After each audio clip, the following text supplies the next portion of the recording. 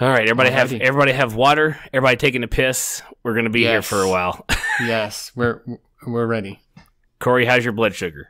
I think it's pretty good. It's solid. All right, so how's that sound? I should not get any low blood sugars in the middle of this fucking podcast. Yeah, but if I do, I'll just run out.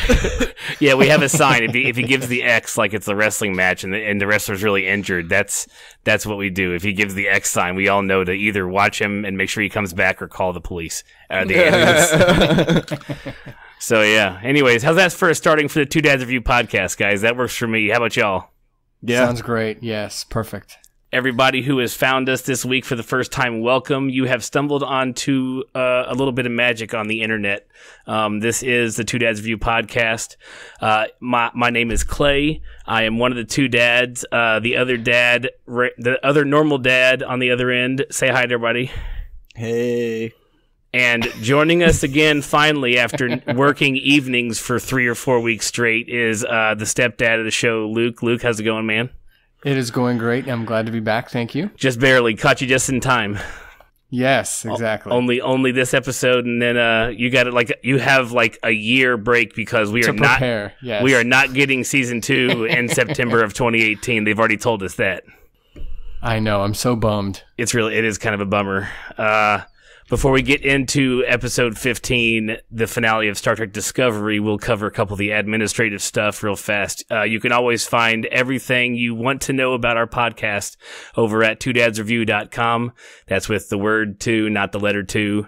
From there, you can find links to our Apple Podcasts, Google Play Music, Stitcher, TuneIn, and Radio Public, where you can listen to us. And you can also find us over at Two Dads Review on YouTube.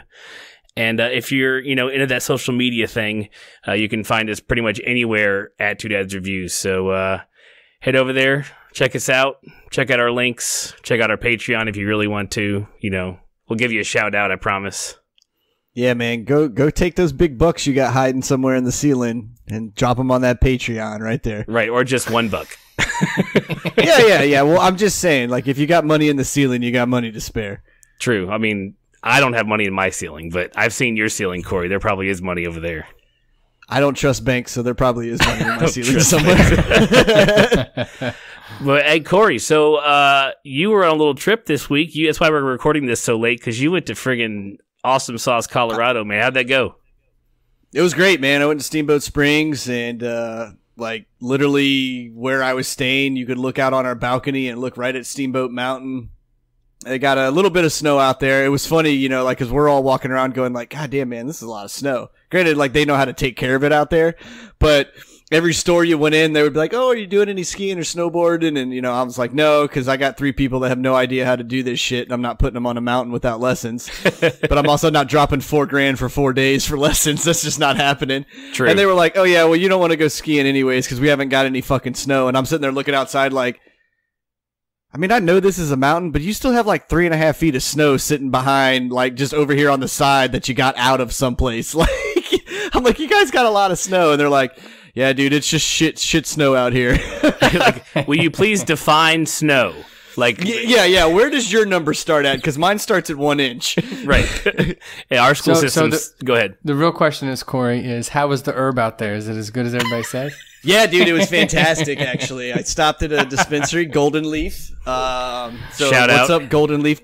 Feel free to sponsor our podcast. It's pretty cool, man. You go in there, and they had a velvet rope, and it's a cash-only business. Of course. Which I didn't know the reason this is because the federal regulations.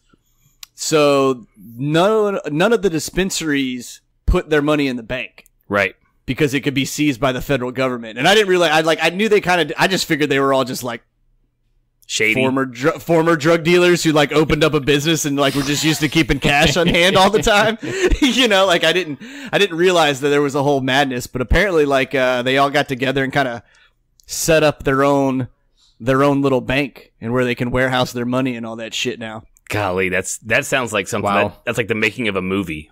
Well, yeah, dude, because the cartels figured out, they're like, well, we can sell this to them, and then since none of them have the manpower to watch their profits, basically, the cartel would just turn right back around and rob them. Oh man, that's rough. Yeah, I had heard the part about it's really bad that the U.S. government's the thug in this situation. I know, Well, right? man, yeah. Well, before we get too political, we've been a thug for quite some time on a lot of things. Right. Because I hear you. marijuana is just as bad as heroin or cocaine. Like, get the fuck out of here. Yeah, right, dude. It's a class one. It's a class one fucking drug, man. I'm like, you got to be kidding me. Right. How many deaths in the U.S. from opioid addiction? Like, they get that shit prescribed. Get the fuck out of here. Mm-hmm. Yeah, but Touché. Colorado was a blast, man. And the dispensary was fucking cool, dude. I got to hang out with the family. Needed some good restaurants and whatnot, and it was a good time. Well, glad you There had a you go. good time, man. Now it's Glad back you- to work. It's back to work. Yeah, podcast. Podcast Not my real time. job. Not our real Not job. my real No, no. job. In fact, we've got coming up in the near future. If this is your first time listening, we don't only just do TV shows, we also do movie reviews and stuff. And in fact, Corey and I are going to hit Black Panther this weekend, this holiday weekend someday. We'll figure it out. Exciting. We'll I have think that. we may have another stepdad going with us. Not that he'll be on the show, but I think Can't ever get him on the show. Old Carl Schmarl wants to maybe catch a movie with us. Right, we're trying to. We'll see what he says. But yeah, well, I'll take anybody on the show. I'll bring anybody on here, but we, try to get him on for some of these things. But he never. Yeah, seriously, man. Like if we're gonna watch Black Panther, and this is I want to say the Citizen Kane of Marvel films, and I haven't even watched it. Ooh. Like That's some big words there. This will go out as probably one of the greatest Marvel films of all time, and I think it's also going to be one of those movies like Shawshank Redemption later. Like you'll just be flicking and it'll come on TVS and you just stop wherever you're at and finish the rest of the movie. Right. And the fact that it is a black culture superhero that is just now like getting mainstream. Like I put a tweet up, man. Like I didn't know there was black superheroes or villains until I was probably like 13. Mm-hmm. And that was only because Wow. I was like, no one ever introduced me to any of these other guys. It was like Superman, Batman, Flash, just, your mainstays. And that's what you listen to. But like, this is going to be cool because this generation, and I mean, even dudes like us, like I'm probably going to have a Black Panther poster here coming up in my office. Like, but like, that's how cool is it knowing that first time, comic guys are getting introduced to Black Panther, and it's not just your stereotypical white dude with superpowers. Right. Like there's a whole like empire to this. Like Black Panther could be its own entity. I mean, it is its own entity, but you could take it outside of Marvel and have your own little Star Wars, Harry Potter, like whatever you wanted. Like it is so massive and it's so, I'm just completely enthralled with it already, and I haven't even watched the movie. I'll have to tie you down to your seat when we go. Yeah, seriously, dude. I may actually jump up and geek out at certain parts of this film. Like I am so fucking pumped for it. If I can get a shot of like a giant like Cheshire cat grin on your face while we're in the theater, I'm gonna take a picture and tweet it while we're in there. I'll do it. I swear to God. I'll tweet it from the Two Dads Review account. I swear. Okay. Well, good. So Black Panther next week, Annihilation the week after, Red Sparrow the week after that. And that's for the past like 4 weeks. That's where I've run out because I haven't Googled what's going on past that. Oh, Jessica Jones season 2 is the week after that. So we'll see what's hitting theaters. Corey, did you get my meeting notice for Westworld season 2 starting? Yeah, I think I accepted all of them. Okay, cool. Yeah, so Westworld season 2 is later on down the road, but I already know when the start date is, and we are definitely doing Westworld. So gotta have Corey binge season 1 before he gets to season 2. Yeah, I gotta finish season 1, and I probably need to go watch season 1 of Jessica Jones. Yep, those are the two. I probably should watch the trailer for Annihilation that you sent me. Like, I don't know, man. I should probably watch a whole bunch of media before we start recording Yeah. anything else after Black Panther. Or you can just wing it, and it sounds good anyway, right? Yeah, he's winged it before. He didn't do too well. Oh, okay. I gotcha. He's like, nah, Clay will walk me through the episode. I'll just see what I think about it. I haven't even watched it yet. Yeah, the one fucking time you don't go scene by scene on the shit, I'm like, man, that's where I kind of gave up on it. It's like, hey, you want to do a podcast about TV and shit? Yeah, sure, but I don't fucking watch television that much. Yeah, dude, I don't know how this worked out like that, man. It's like, hey, dude, let's go to TV. I don't ever watch TV. But sure, let's do it, man. It's great. All right. Goes to show how good of friends I am with you, man. Like, I'll do anything for you, buddy. Oh, man, that's great. And now, when you move to Colorado, don't worry. The Two Dads Review podcast can continue because we just do this shit over Hangouts anyway. So I don't care where you are in the world. If there's people that live in Cody, Wyoming, hit me up on Twitter at Slothbear35 because I want to know everything there is to possibly know about that town because that is one of the destinations I'm looking at to move. Nice. I'll cry a little, but it'll be that sounds like fun. Like going out there. Nah, dude, I'm not even going to tell you guys I'm moving. Like, just one day you're going to be like, hey, where are you? And I'm going to be like, I'm in fucking Wyoming, man. like vacation? No, like fucking everything.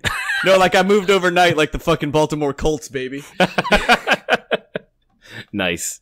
All right, so let's get into our recap and review of Star Trek Discovery, Season 1, Episode 15.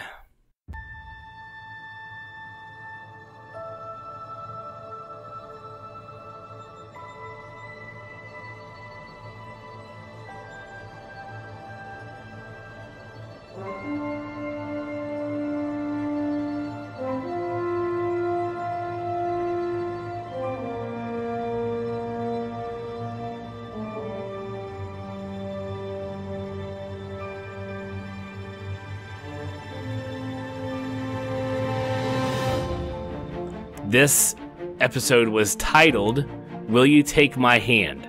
Let's go with initial, before we go into our recap of the whole show, let's go with a step through.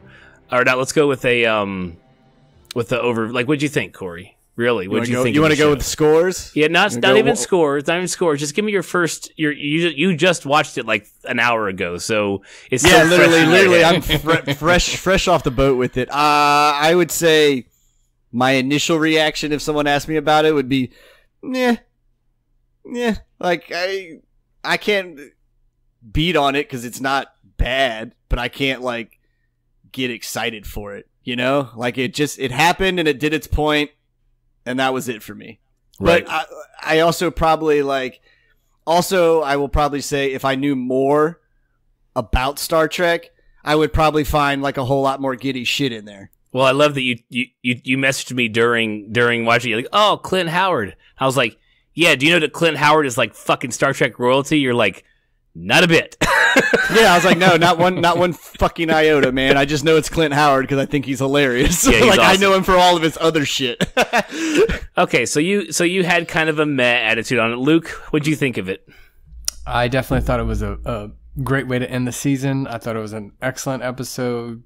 In my opinion, I feel it was the best episode of the season, so they saved the best for last. I know, right? I caught all the Easter eggs that they had in the show referencing, TOS and some of the movies and TNG, and, they really tied it all together in a nice, neat little bow and delivered it right to you. And then you got the surprise at the end that I was not expecting. So, I thought it was a great episode. Okay. All right. And I will fall somewhere in between the giant nerd boner I'm watching on one side and the flaccid nerd flaccid boner that's boner on the other side, right? So I would be pretty much middle of the line. I enjoyed the episode. Like Luke, I caught a large chunk of Easter eggs, and of all 15 episodes, this one had like the most. Like, okay, I feel like this episode was written, and it was written before they knew they had a season 2, and they didn't decide to change anything at the very end of shooting when they found out they were getting a season 2. So if this was a one season shot and it failed, you could stop it right where it stopped and be good. In fact, you could probably stop it at the speech and then be. And I would probably say the thing at the very end was probably a pickup shot when they realized they had a season 2. Right. Although that's my one gripe I had about the episode was her speech, but we'll get to that later. But if you're doing like your finale, bye, thanks for all the fish, type thing, right? Then that's what it would look like. Even though in real life, it's like speeching like that while they're giving you the awards is the dumbest shit I've ever fucking done. I was like, what is going on here? Who does speeches like this? I was kind of confused at that part. I'm like, is she really talking while they're doing that, or is she just doing this in her head? What the hell's going on? I was waiting for Cornwell to be like, will you just shut the fuck up for a second so I can give all these awards out, please? So yeah, it's it had its moments. Like I said, they crammed in so many Easter eggs that I feel like it was like, here you go. Here's what you would like. It was almost like a fuck you to all the fans and haters if there wasn't a season 2, because look at all these Easter eggs I'm throwing at your face. Like, look what you could have had every episode if we had given us another season. And they just didn't change it because it was still okay. Yeah, I can see that. Yeah, I mean, I think them, deciding if there was going to be season 2 or not probably played a little bit into that.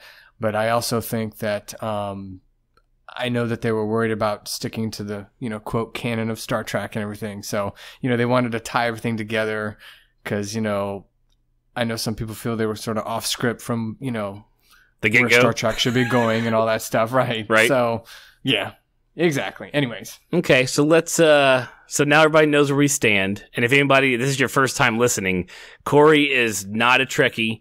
Corey is just learning of Star Trek and is enjoying the show as a show. I'm not just learning of Star Trek. I'm learning about Star Trek. It's not like I lived under a fucking hole my whole life and was like, oh shit, there's this thing called Star Trek. Oh god. Right. No, just now you're friends with a guy who's super Trek nerd, and it's okay because then you're like, oh, there's this. You're getting to see the underbelly of it all. Yeah, like I'm starting to fall into the subculture, and that's slightly scary in itself. Yeah, it very much is. So okay, let's start with the first opening scene. I do like, in fact, before the opening scene even happened, I did like, every previously on is always, somebody says previously on Star Trek Discovery. Correct. It's always a different crew member. Well, this time it was L'Rell and she said it in Klingon. And I was like, that's pretty fucking cool. I was like, that was cool. I did like that. I like how they picked that up. So, we start with the opening. To do that part. You must have. You must I know what happened. Dude, like the opening shit. I don't watch, man. I'm like, take me right to the episode. Like, let's go. Like, I got time for this shit. Why did Clay not pay? Why did Clay not pay for no commercials? Right? Yeah. That means I get to cancel my CBS All Access account. Like when we hit stop on the recording today, I'm canceling my CBS All Access account until this shit goes back up. Fuck you, CBS. Put that shit on mainstream TV. Now, the question will be, will season 1 go to Netflix like all the other Star Trek series? Series? I don't know. I think it's like deer. You just say series. Okay. Correct. It'll be interesting to see if it go, because it's on Netflix everywhere else anyways on the Monday after the Sunday night it airs on CBS All Access. I'm assuming that Netflix as a whole, they have a whole Star Trek, like they have every other Star Trek on there. So I hope to see Discovery hit Netflix this summer. That way we can all binge it instead of not having to get back on. There's probably some like 3-month period like there is with like most TV shows or whatever. Right. Well, that's good. I hope we get it this summer then, because that's what I'll be binging. I want to watch them all straight. There you go. In fact, get a babysitter, just go somewhere else just to watch it in a hotel room. It's like, see, I'm leaving my kids. I don't have kids for 24 hours straight. I quit. I'm out. And I'm going to spend it on Star Trek. Like that just... Yeah. That just... My wife will come with me. I know, but it just sounds so bad. Like, I go, man, I'm ditching my kids to watch a show I've already watched fucking straight through. Don't judge me. Damn it. All right, so opening shot, we see a fairly good amount of Klingon ships in formation, just kind of flying through space. They do a super zoom in, and Easter egg number 1 passes. Well, actually, there's a couple of them. First, you pass by our moon, and you see some colonies already there, and they'd already mentioned the lunar colonies before in the original series. And then you see Space Dock, which is under construction. It's kind of like the Death Star, kind of being built, and that plays a big part in some of the movies later on. It's a big ass space station. It's the one that's in orbit of Earth right now that you see in that shot. And then like as a satellite wipes, does a screen wipe for you, suddenly the Earth is now Kronos, and they do a super zoom back. And Discovery is pretty much sitting in the same spot, getting ready to do its jump, sitting probably on the edge of the neutral zone or whatever. It's pretty cool little visual there. I agree. I mean, it was something different that they hadn't done before. I don't know. When I first saw that, I was kind of confused as what they were showing exactly until they switched to Kronos. And then you were not alone. That's what they're doing. Yeah. Yes, like, I was like, what are they doing? What's happening? So, yeah, I was like, wait, why are we... Wait, what happened to Earth? was like, I don't know what's going on now. Wait, yeah, it was probably too smart for me. I'm sorry, I'm dumb. It happens. Yeah, I'm right there with you. So during this whole stuff, we're getting Burnham monologuing this old general and young soldier story about fear. And, in fact, she starts it at the beginning and ends it at the very end. So it's not kind of that whole, how do you face fear? How do you stop fear? That kind of stuff. And it's just kind of an overarching, how the whole theme to the show. Yeah. To the show. For that episode. Definitely this episode for sure. Yeah. Yeah. That episode. Yes. Okay. So question to you guys. Okay. So last week, Corey and I talked about how Giorgio was going to handle. I hated the fact that she was in charge. I thought it was the dumbest shit I've ever seen. And then I said, there's no way she's going to be able to pull it off as being the prime version of herself. And lo and behold, she fucking sucks at it. She wasn't even trying. She didn't even put an attempt to it. She didn't give a rat's ass if anybody knew or not. Yeah. And she didn't even, so she's barking orders to her crewmen and like literally people who had just splooshed all over themselves when you walk through the door and just like lost their minds because their old captain was back. And then all of a sudden, like, she's like, she's barking. Didn't give a fuck, man. She already had her orders. Like, she knew her freedom was there. All she had to do was blow that planet up. So you think she gives a shit how she's acting to those people? Like, you got to remember, like, the only people that want her to act that way are Burnham and like anybody that knows, like, right? Like the little 3 core people that know. She has already made her side deal going off on the side that she's going to blow the planet up. So she doesn't give a fuck. Like, she doesn't have to pretend. But she looks like she's supposed to be playing a part, or she wouldn't even have dressed in a Starfleet uniform. She wouldn't even have dressed up, correct. Show up in that gold cloak, goddammit. Well, dude, she's probably also like, I haven't bathed in fucking 4 days and I need clothes. Like, I guess that's the practical way to look at it. You can wash that one away. What do you think? She's just going to stay in the exact same outfit the whole time? You don't think that's a different Starfleet uniform? They don't have like 7 of them just in their closet? No, they just make them you know how they make the uniforms. It's fine. We saw that earlier. What do they do with it after? Okay, like they make one. Then they gotta put it somewhere. Like, it just doesn't disappear. It's gonna go right back into the same pot and get dissolved and then remade into another uniform. I'm sure that's how it worked. Didn't we talk about this last week? I know one episode we talked about how the clothes like magically materialize, but I don't know how they clean them. They don't. They don't need to clean them. They just dematerialize and make new ones. That's right. Filter out that dirt. Okay, so on that, if she doesn't even care about hiding it, which she definitely doesn't. Then when after Burnham and Saru have a very loud whispering conversation about her, like, which in a real life you're like, I can literally hear you. I'm sitting right here. Like, you're they were like everyone there in the front should have, like, all their heads should have been cocked to the side. Like, what? Yeah. And so she barks at Burnham and she's like, I didn't tell you could leave your station. And then she has this whole exchange with Saru where she's pretty much like, I mean, I've eaten your kind before. They make for scared Kelpian makes for tough Kelpian. And we're like, okay. Now, and even like even Detmer up front was like, what the fuck is she talking about? Like, what are we doing here? And so she's not even hiding it. So Burnham then tries to expose what's already blatantly being exposed to everybody, and Giorgio counters her because she's read her Wikipedia or she's Googled herself in the that sounded nasty phrasing. She Googles herself and figured out exactly some of her background story, and she remembered it.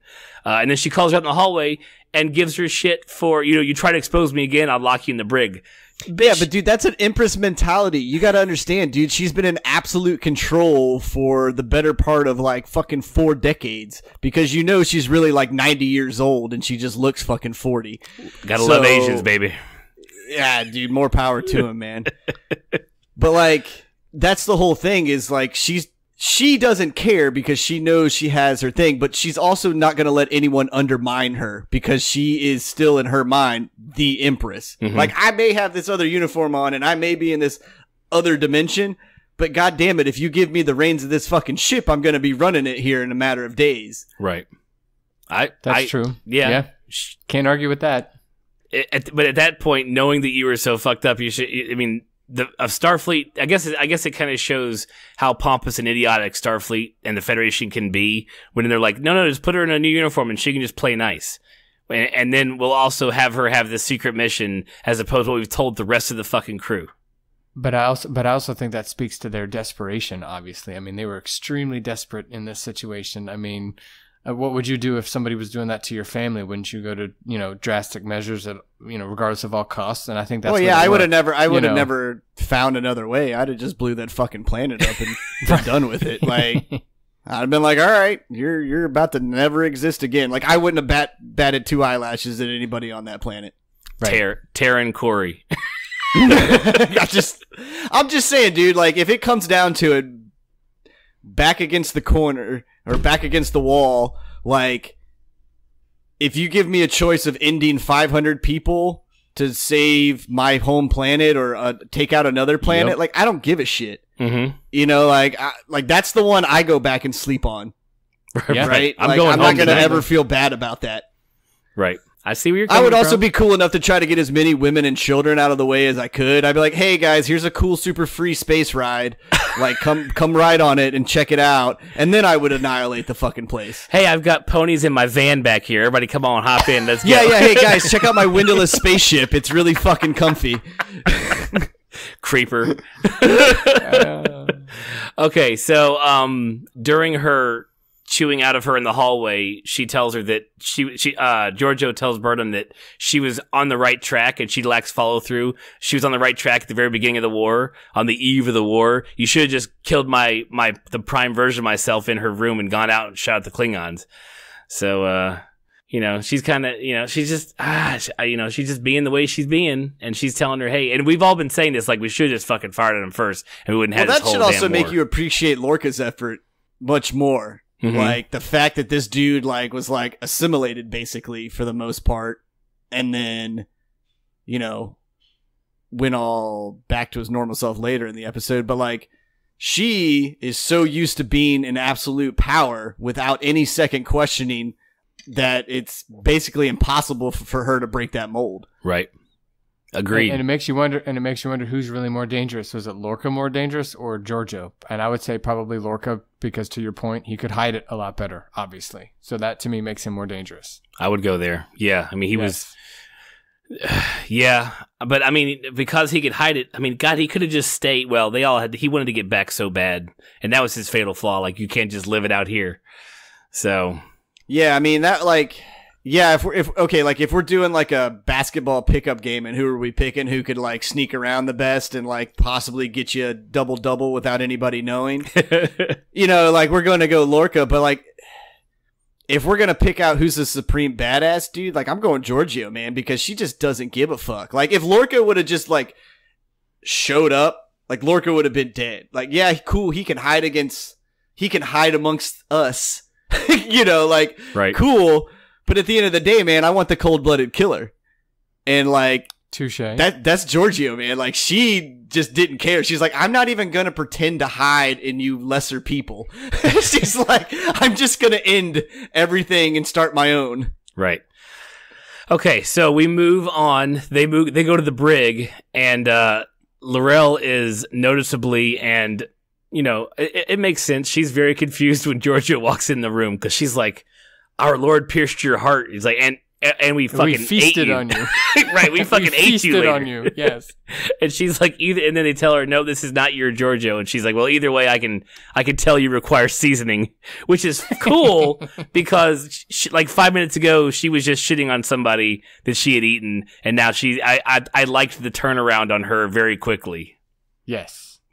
So it was kind of a neat little thing. But then Giorgio pulls up a map of Quonos, and she just wants, all they want to do is find the best chimney, which they're calling it chimney, to get down to the the underbelly of the planet, and try to get it wherever they're going to put their drone to map the shit out to figure out what they're going to do. So she's not going to give it to him. L'Rell is not going to break, and And even to the point where I love that she tells Burnham to go to hell, very small human. I thought that was great. Well, I'm surprised she didn't put up more of a fight when she was getting her ass beat. Well, did you not know? Thank you. And why was that, Corey? Well, she had that weird magnetic electric thing holding her arms down. Like they were like free, but they were like locked to her hips. Yeah, and that's I didn't catch that. Yeah, she like because it was kind of a bitch move because you're the emperor, you're all powerful and awesome, and you just whooped Lorca's ass a few days ago. You know, no big deal. And then this Klingon, which you think is lesser than dirt, it's just an animal. You lock her arms down before you go in and whoop her ass. Like I was like, that's a bitch move. Like that's yo, dude, but that's just smart, man. That's like someone who knows that like I don't want to die. Like, I mean, think about it. Like you had a prisoner who's fucking 7 feet tall and can throw grown humans across. You're telling me you're not gonna go in there and be like, hey man, let's make this even.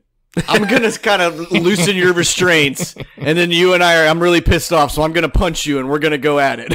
Yeah. Well, like, I mean, I'm not saying I liked. I'm just because of all of her, holier than thou persona. You would, I almost feel like it's almost showing that she's weaker because she locked her. arms but down. I think she's just not stupid. Well, that's like she's just not gonna make a dumb decision. Like I don't see much into it. I mean, she fucking curb stomps her. She lays her face on that shit and stomps in the back of her head. I was like, God damn. And then of course Burnham stops her and she's like, there's another way. So even all that, she didn't get any information out of her anyways. And she was never going to give the information. She'd have died right there in that cell. That girl is way too proud of a Klingon to give them any information about her homeworld, especially to destroy it. So her other way is Ash's room. So this is this is my next complaint. I don't mind when you write things a certain way, but they could not have written any more its into the conversation than George. I mean, it was just blatant what they were trying to say, and you don't have to spell it out for me. Like she called him it like 18 fucking times in like 4 sentences. Yeah, dude, that was fucking awesome. How are you mad at that? Because it was too many. Like it was she could have worded it. The writers could have worded it different. You think it's a lesser being to her. Like he's half fucking Cleon, whatever in a human shell. Like she will never giving her stance as we are Terran. Terrans are number fucking 1. That dude at the core is a Cleon. He's garbage. Oh, and by the way, we kind of made him a human, so now he's just a thing. Like, she'll never refer to as he, she. It would always be an it to her. Like, I was like, yeah, dude, just stick that shit to him, man. Like, I loved it. Like, I was like, yeah, like, if you're gonna, like, to me, I was like, if you're gonna be an empress that is, like, that much of a cunt, like, then just wow. fucking own it, dude. And she did, man. Like, it, like, so to me, I was like, good, well played. Like, cause she's just not backing down from her, I'm the empress. No, I totally agree with you on that one, Corey. And I didn't have a problem with it. And again, it showed her dominance and how she felt about everybody else. And so, yeah, I mean, I didn't see any issue with it whatsoever. And I actually enjoyed how that whole scene went. I liked that one. Probably one of the best scenes to me in the episode. Yeah, I actually thought it was a really good scene. Did you just want like a thesaurus, Clay, like her to use different words for it? Like I know that sounded very dickish, and like I did not mean for it to come off like that. I've been watching too much Giorgio today, man. But like, did you want? I mean, was that the problem? Just the word "it" was just said to me, like not. Yeah, I feel like she was calling him it. Or was it just the number of the times it was used? Yeah, it wasn't her using the term it. I completely understand and agree with her using it and her stance and her view of Klingons. I thought the writing, because at the end of her 18th it, Burnham says she corrects her and says him or he or whatever. If she would have jumped in way earlier, it would have been more believable, but they wrote it so she said it so much so all of us dumb idiots watching the show would go, oh wow, she's saying it about him, like wow, that's real. Oh, I see where she after she said it the first time, I completely understood her stance, the minute hey, man, she like said you're the from word. Kentucky, dude, but you're above the Mendoza line when it comes to intelligence. Like, Fuck yeah, I am. You know, like, yeah, you're not an idiot. I'm not trying to prove I'm not an idiot, okay? I'm just saying. I got it on the first It reference, guys. Okay, I'm pretty smart over here. There's so much that's in this. They just didn't have to take it that far before Burnham jumped in. That's all I was saying, because it's very apparent after the first or second It exactly what she's meaning. I wish she would have used the word like mongoloid. Jesus Christ. That's like old school. That's like old school, like wrong. Yeah, like, but to me, like, if we're gonna kinda, like, and I know it's fucked up, but like, I almost wish she would have used what they would have considered, like, in Star Trek universe, like a super insulting word, right? You know, like, completely un-PC. Like, damn, dude, did you just call me cracker? Like, I mean, I don't find that offensive at all, but like, it's our word. Damn, dude, like, you can't say that. You know, like, one of those, like, right. Like, I wanted the, like, and you're right. Like, I'll give you that. Like, the correction came too late, and it was kind of beating a dead horse. Right. But agreed. Yes. I like now, like, I like that she used the word It, not giving him any definition as being any type of human and or person. I guess we could, we'll say, because I don't know what we call Cleon's, like. Yeah, but I think Burnham didn't interrupt until way later because, I mean, she's still trying to sort out her feelings for him, and let's be honest, she probably thought, even if it was for a brief, period of time, probably felt that same way about him. Yeah, that's probably the first. She was sitting there like at the first 4 Its. She's like, "Yeah, girl, that's right. That's exactly. right. Yeah, there fuck that dude. That guy tried to choke me out." And then after like the 8th one, she was like, "Okay, enough." Shit, I still kind of love him. Like, he's a he. Okay, this is icky now. Just stop. Okay, so Tyler. He's in the middle of tying some fishing knots. We see some pictures around the room he's put up of Tyler's childhood. He's on a boat. He's fishing. There's one shot of him like relatively recent because he's the same actor in the picture. So he's definitely there. He's tying a bowline knot. And he's, he says it ties it, his knot tying is one of the first things he remembers as a child, and it's what ties him to his past and his memories. And then he says, I'm not going to do it for you, Giorgio. I'll do this. He knows the information they need, and he'll do it, but he'll do it for, and then really extended long look at Burnham, and then he says Starfleet. Starfleet. Yeah. So we know he's going to do it. We know they're good.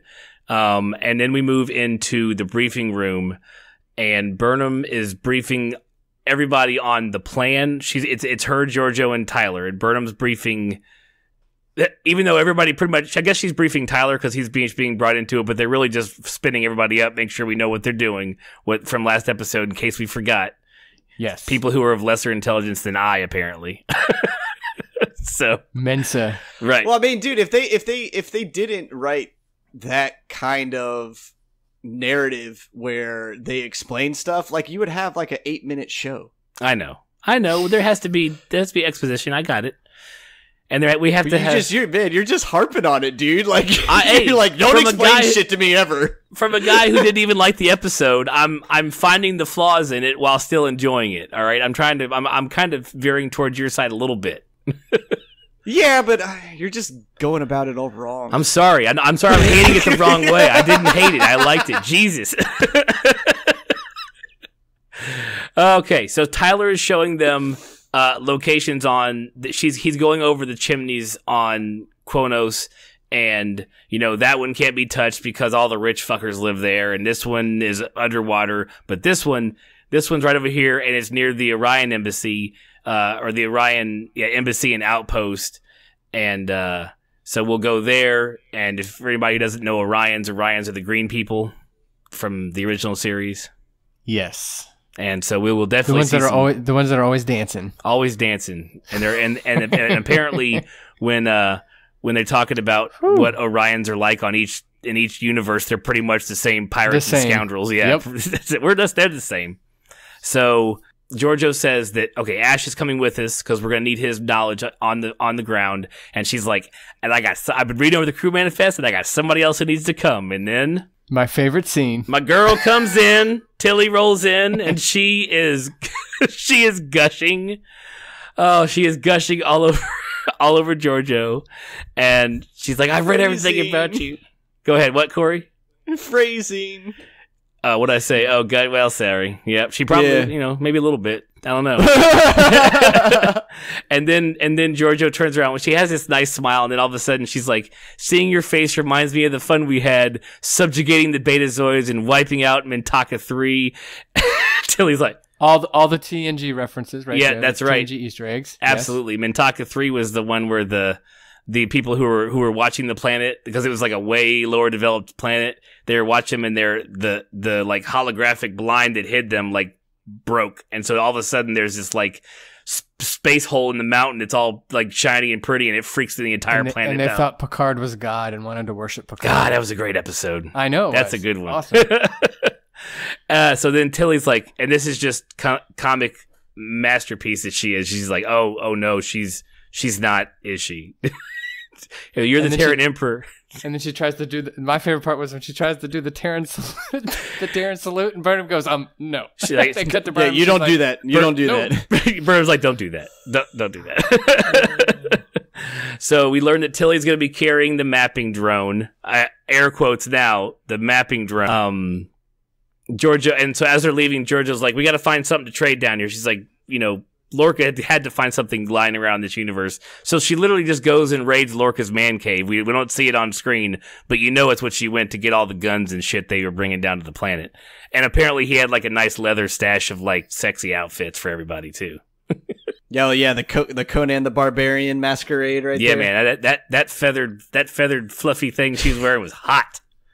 Hot. It was so ridiculous. I was like, what did she go kill, like a fucking emu or something, man? It was like, I'm gonna wear this. Like, I have this nice emu coat in case it's cold down here. Yeah, I was waiting for some like other Discovery member to run by and throw paint on her.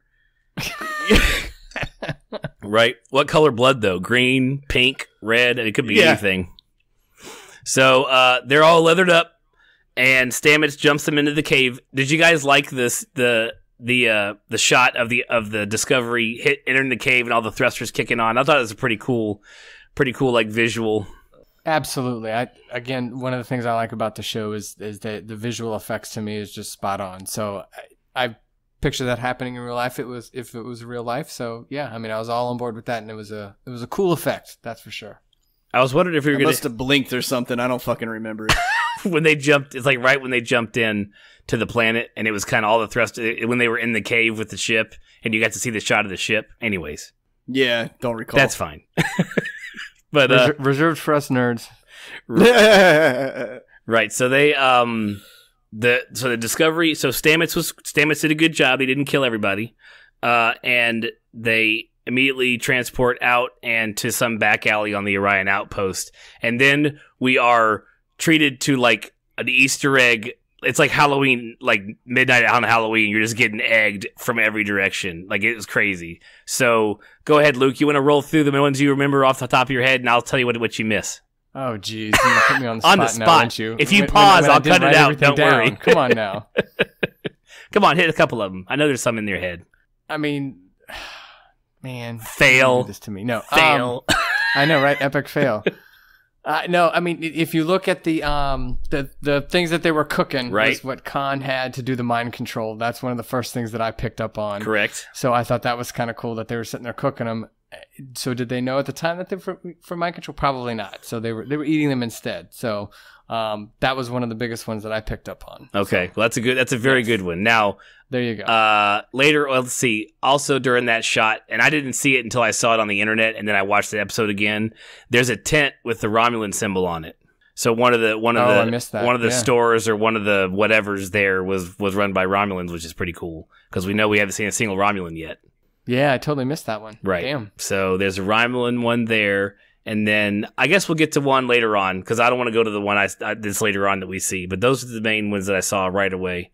So they go immediately to trade weapons for money so they could buy information. And Tilly gets to be a badass. She does. And again, it just shows her development as a character. I mean, could you have seen her doing this in the first couple episodes of the show? Absolutely not. No, not threatening to make sure your nose can sniff the back of your head. I was like, that's great. all of her like bad girl moments are like almost too clean. Like they're like it's just the greatest stuff I've ever heard. They write the best stuff for her. Well, yeah, dude, that was some Tombstone shit right there, man. Like that's some shit you say like in like an old West Saloon bar fight, you know, like before you take it outside. Like, like when she popped that gun up right under her nose like that, I was like, oh, didn't see that fucking coming. Right? Yeah, she was one step from Doc Holliday telling that guy he's gonna make his head into a canoe. Oh, that wasn't Doc. Fuck, it was Doc that? Holliday. No, it wasn't. Yeah, your boys may get me in a rush, but not before I turn your. Oh no, it was Wyatt Earp. Not before I turn your head. Yeah, into a it was canoe. Earp. Right, it was Earp. Yeah, yeah. One of my favorite movies. I can quote almost every line in it. It's great. I just got confused. So they trade some Nausicaan disruptors. Ooh, another Easter egg from TNG. That's right. And Nausicans were who? Luke, go. Nerd it up. They're the one. Nerded up. They're the ones that Picard in his young Academy days he got into a fight at the pool hall with them, and they stabbed him through the heart. Hence why he has a artificial heart. Yep, the ugly mother. He's a bad son of a bitch fighting those ugly bastards. Absolutely, and there are some big ugly ones too. Yeah, I remember him like coming up to like the guy's chest, like in the fight. Like that dude was like 7 they foot were like 4, twice his size, and he was fighting 3 of them. So as they're negotiating the trade, Tilly pulls Burnham aside to grab a snack and have a little conversation off to the side. And they just buy a stick of meat from a vendor and just start noshing on it. I'm like, oh. Dude, I laughed my ass off because she was like, what is this? She's like, I have no idea. And then immediately just took a bite of it. Like, I lost it. I was like, you don't even at least smell it first? Like, you just straight up threw that right in your mouth and was like, whatever, gotta fit in. And it ended up being what? Some whale, something it was or another? space It was like whale. a space whale. It was a thing that... Oh, the ones that what's his face was hiding Harry it. Mudd brought it, yeah. Harry Mudd, thank you, was hiding it. Yeah. And if you remember, wasn't she the one that had like the emotional attachment to it a little bit during that episode? Yes, Tilly that did. was her. Yeah, she. Yes. So after talking to Burnham about how are you handling yourself being on a planet full of Klingons because Klingons killed your parents, flowing theme through the entire episode. Immediately when they walk up, they're like, you know what you're eating, right? He's like, and Ash is immediately like, that's space whale, and Tilly just gags and spits out her mouth. It's hilarious. Did you see before the scene cut? She actually spit some more, actually spit. Yeah, I was like, damn. So then they headed to an Orion, I don't know, strip club, titty bar, or whatever we're gonna call it. Gentleman's club. Kind of steamy there. Prostitution house. Yeah, Giorgio needs some me time. I don't know why her saying that made me like I was just like, it's like that's just I don't need you saying that, lady. She's like, I need some me time, and so she just leaves Tilly by herself. And she sent Burnham and Tyler off somewhere else, but so she takes a couple of hookers back in the back. I know. I wasn't expecting them to, turn this into Star Trek After Dark. That's right. No, they didn't show a single. All night. Only nipples we saw the whole episode was friggin' Klingon nipples, man. Boo. Fucking let down. Boo. Yeah. How about some of those Orion ones, huh? Yeah, none of those. They all had pasties on. They must serve alcohol. I don't know. Depends on what state you're in, I guess. So she leaves Tilly alone in the titty bar to guard the drone, like that she's got handcuffed to her arm. So Burnham and Ash. So that's where we cut from the titty bar scene for now. Burnham and Ash head to a gambling tent, and we see Ash accessing his Klingon knowledge. No, he did. He pulled accessing the Vogue memories there and says, "Hey, I think I'm pretty good at gambling," and it goes into the whole spiel about how he was how the universe actually cut him some slack since he was born an albino or whatever. So I thought it was pretty cool to see him starting to access all that stuff and how he just went into speaking Klingon and gained their respect and kicked some butt playing that gambling. I fucking love every time he flips into Klingon. Like it's like hair raising, like when he does it. It's so different from his normal voice. It's fucking awesome. and it's You think seamless. he too. like dreams in Cleon now that he like knows? Do you think he just knows the lines that he had to learn, or do you think he like actually fucking basically got fluent in the language for the part? I would probably say a little bit of both, because I know that they wrote the script in English and they translated it into Klingon, and I'm sure they have to know the translation. So saying them over and over again, you can't help but pick up at least some of the stuff. There was never a story though during like an after trackery thing where they said like, and then we suddenly broke into Klingon and like didn't even know we did it. Like no one ever say like that. But I would say he may know a little more than he cares to at the moment. Definitely. Oh yeah, dude. I was just curious because like I'm learning Swedish, and like I woke up the other day and I was like, holy shit, dude! I had a dream where I was speaking, like everybody was speaking Swedish in it, and I was like, I wonder if that motherfucker dreams in Cleon, man. Like, like he just wakes up some days and is like, God damn it! I just got this secondary language just stuck in the back of my fucking head now. Well, I have to imagine that a Swedish speaking dream is a lot more pleasant than a Klingon speaking dream.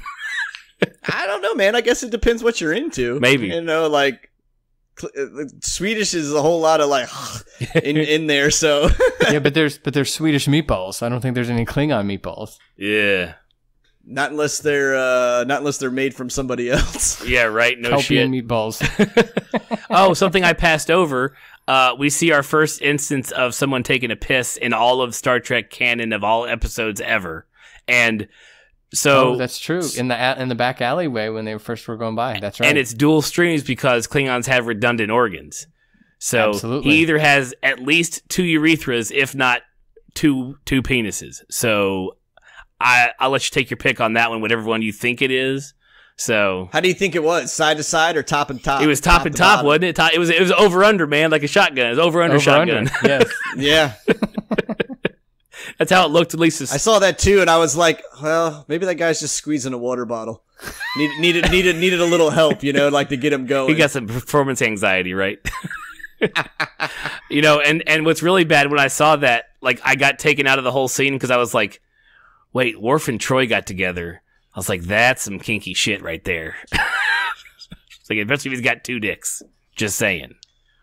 Maybe he doesn't have 2 dicks, and it's just like his pee hole has like a fucking solid flap in the middle. Oh, and so it gets split. No, he's got it's the whole. We ruled out side by side. So right now we got top and bottom. I'm saying, what if it's one dick still, and his pee hole has like a fucking solid like piece of skin in the middle, and it just gets split. You know, like he's pissing 2 streams. Since we're going here, let's just go here. If you're looking at the stream and the consistency of the stream and the origination, it's not like you're seeing it. It's not like they were parallel. So I'm guessing 2 dicks, or maybe he's got a really holes. short dick, and that was just the tail end of the stream. Possibly, but no, I vote for 2. So you want 2 dicks? Yeah, you would. Yeah, you would. Oh man, this is great. All right, so we got 2 dicks. 2 dicks is the final. Yeah. Apparently, if you have 1 penis and it is not enough, you need to go find a Cleon and get a 2-dick member. There you go. Is that what we're saying here? Yeah, but back to what Clay was saying earlier, I don't know how that worked with Worf and Troy. So hey man, weird. Actually, it would probably work perfectly. You're into that kind of stuff. So well, there you go. Hey. Okay, let's get back on track. All right, so Tyler finishes up, or we finish up watching Tyler like play. Burnham is she's not handling it. In fact, she's having in herself a little bit of a breakdown. Kind of, she can't stand watching him, like he breaks in. He's you know, smashing into other people and, you know, being a Klingon practically, and the Klingons are eating it up because they're like, this fucking human can play this game and speak our language. Like, I don't even know what I'm looking at right now. And so yeah, they're all like, I'm so happy. It's so weird. Like, he just punched me. This is the best day ever. So she heads out. We see her leaving, and so we're back in the strip club, and lo and behold, we see good old Clint Howard, right? That's his name, right? Yeah, buddy. And Clint. That is his name. He is royalty from Star Trek, Corey. Since you didn't know, I will clue you in real quick. His original episode was on he was originally back TOS. in a TOS episode called Carbamite Maneuver. That's right, the Corbomite Maneuver. Yes. And he was like, what, 5, 6? Something like that. He was yes. he was like a baby. He was like, and he had like god powers, right? Some sort of but he looks exactly the same. He looks literally as old as he did in the episode today. He looks just the same at 6 years old. Exactly. Yeah, he was one of those guys that hit puberty and then just stayed at that exact moment from like 15 on. Yeah, it's gross. That's a great analogy. It's gross how old he looks like as a baby, as a kid. So he was also on DS9 when they went back in time for one, and he was on Enterprise as a Ferengi. So he's been in a lot of stuff, and he's got 51 years between his first time he was on and this current time. So that's pretty cool. I like they put him in there. That's a neat little like. They're like, hey, can we get Clint Howard for this part? Yeah, great. He's not doing anything. and I actually think the role that he played in this episode was like perfect for him. Like I couldn't see anybody else playing that. Like when I saw that, I was like, nice move, good job. Right. And so Tilly sits down next to him. He wants to offer her something to inhale, and she's like, no, I'm good. He's like, get her out of here. And she's like, okay, wait, I'll fucking do it. And yeah, dude, if there was ever an example of peer pressure, that was it right there. Right, kids, this is not how you handle peer pressure. So she takes her hit and proceeds to immediately pass out, like just on the couch. She's done, and he's just giggling. Good stuff, which is great. So we break from that scene quickly, and Burnham has left the game, and she is now in a tattoo parlor looking at some inks that like activate when you touch them, which was kind of cool. And this comes another Easter egg. Did you catch this one, Luke? I know you did. The girl in the chair. Did you catch what she was? No, actually, I did not. All right, no. Corey, did you catch what the girl in the chair was? I'm not saying you wouldn't know. Nah, dude, just go ahead and say I wouldn't know. The girl getting the tattoo on her décolletage. I have never had to say that word like on a recording, but that's fantastic. She was When else? What? Hold on, before you get going, when else have you ever had to say that word? I don't know. I say it a lot just because I like it. Like it's a cool ass word, and like décolletage. That's right. So the girl in the chair getting the tattoo was a trill. She had the spots. Yeah. She had the spots down the sides, like Dax from DS9. Corey, if you know about that stuff. No. Symbiosis. I don't. She has a worm about this big inside of her gut that they share consciousness, and they keep passing that. The worm stays alive for hundreds and thousands of years, or at least hundreds and hundreds of years, many lifetimes, and that worm moves between hosts and lives that host's life together, and the host can't live without the worm after the host dies. You can't ever take the worm out because then the host dies. So is a whole thing on DS9 where Dax changes from Jadzia Dax to Ezra Dax. Whole new actress has to come in, all this other stuff. So that's what. And she was not as good as the original. You can't beat the original Dax though. So anyways, that's what the Trill are, and that's who that person was, and the first one we've seen in the series so far. So that's kind of cool. They're just throwing aliens at us left and right. Like I said, there's so many Easter eggs. They're throwing the kitchen sink at us. They really did. Like it's almost sloppy. Like it's almost like we're just gonna throw everything we can at you in case we don't ever get to do this again. Which I understand exactly why they did it. It still didn't. I don't think it detracted from the episode as much as like I'm making it out to, but it was definitely noticeable that there was so many. I think you're just gonna see more of that. I hope so, because there's a whole second season that Two Dads Review podcast is going to be going over. So don't worry. Stay tuned next year. Well, yeah, but I mean, like, you can obviously tell they got a budget. Oh, yeah. You know, like, it's not like, oh, hey, we see one alien here that was walking by 500 yards in the background. Like, you get put into a whole civilization. You know, people, and granted, they're all humanoid, but they're I like when, like when we were talking about in Star Wars, when they're going through the whole casino scene, I was like, I love that because you got to see about 50 different alien species in that one, like, rampaging of a scene. So, like, to me, it's cool. Like, the more shit you can throw up in people in prosthetics and actually spend the time with makeup and do it, like, fuck their main story, man. Just, like, give me a Where's Waldo of like cool alien shit to look at, man. Like, I think it's super awesome. Oh yeah, I enjoyed picking out the Easter eggs. I just realized when I got to like 10, I was like, shh, Jesus, like we're just like, how long is this episode? It's like I have all this stuff. I think the official count on the Easter eggs is 14. Nice. Well, I have I a was reading that website earlier. I have a website up that has 10, but I haven't found one that like caught all of them. But we'll see. All right. So the tattoo parlor, Ash has left the game. He learns nothing from the game, which, okay, so we have these scenes that are just leading us down to dead ends that nobody's getting anything. But we do get Burnham telling him, he's like, I saw you left, are you okay, or whatever. And she gives the more story than we've ever heard of how her parents died during that Klingon attack. And we learned that her parents had a trip to Mars planned for everybody as like a vacation. And she was like, no, I really want to nerd out and watch the supernova happen. Can we please stay? And then that's what got her parents killed because they were still on where they were living when the Klingons attacked. So yeah, that was sad. We get more backstory on that, and we know that she's going through some stuff.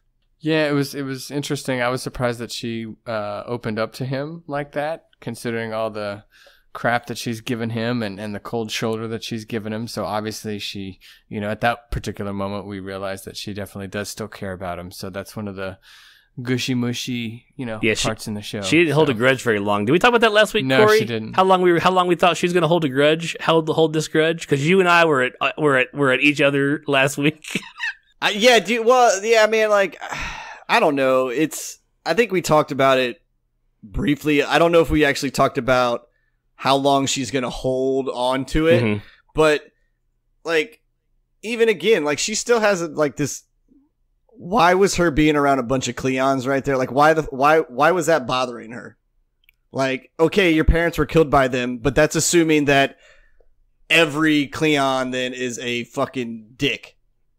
Like, you know what I'm saying? Like, that's just like getting slapped by a redhead and then hating every fucking redhead. Why got But she does admit after a little bit later in that same scene where she's like, when I do look around, all I see is people just living their lives. So I think she does make that connection, Yeah, coming back around to it. But like part of me is like, dude, I mean, get the fuck over it. Like she just holds on to the dumbest shit to me. Well, it was funny today on Facebook. Somebody in one of the Star Trek groups posted a picture of Burnham and that said, describe her in one word.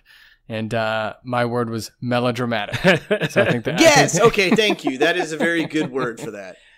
Like, especially as how kick-ass they showed her, and then all of a sudden they turn her into a little schoolgirl. Not emotionally. Like, they're just like, hey, by the way, go pretend you're fucking 12, and you'd have no, like, I know you've never dated anybody or any of that kind of shit before, but you're still a grown adult. Like, you don't act like that. Correct. I agree. Okay.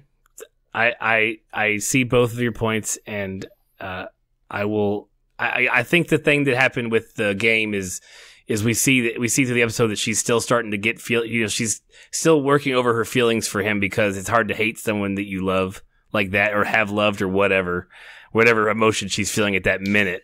So, and that I get, like her, like him going into full on like Vogue mode. Like I get that. Like, okay, that's got to be a little weird. Mm-hmm. Right? But like for everyone to always be like, hey, are you okay? Cause there's a bunch of like Klingons around here. Like, are you cool? Like, dude, like really? Like she doesn't fucking hate every one of them. Like let her breathe. Right. And you're right. Because you said it before. She talks about how she sees people just living their life, Klingons just living their lives. And I think she's understanding it. So yeah.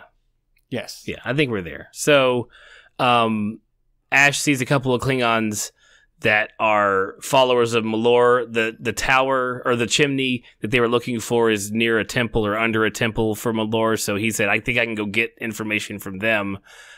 So he heads off to get that info.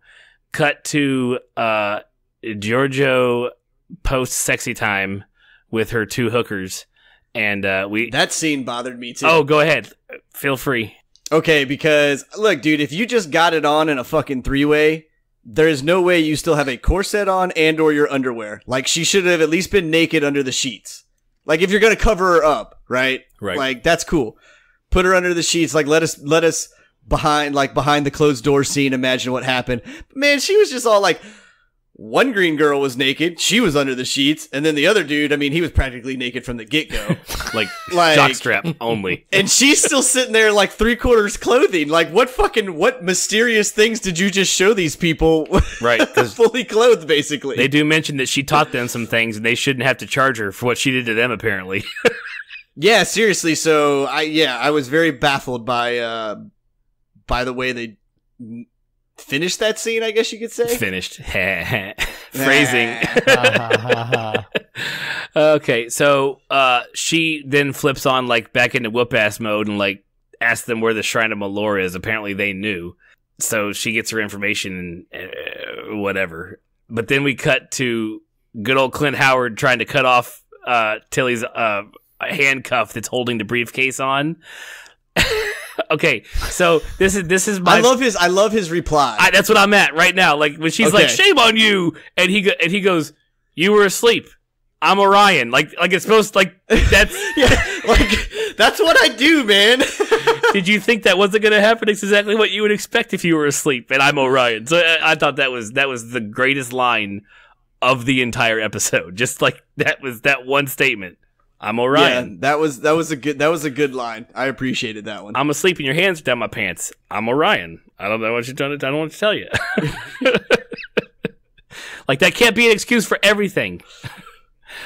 So yeah, I feel like he's like late for work or something. You know, I'm Orion.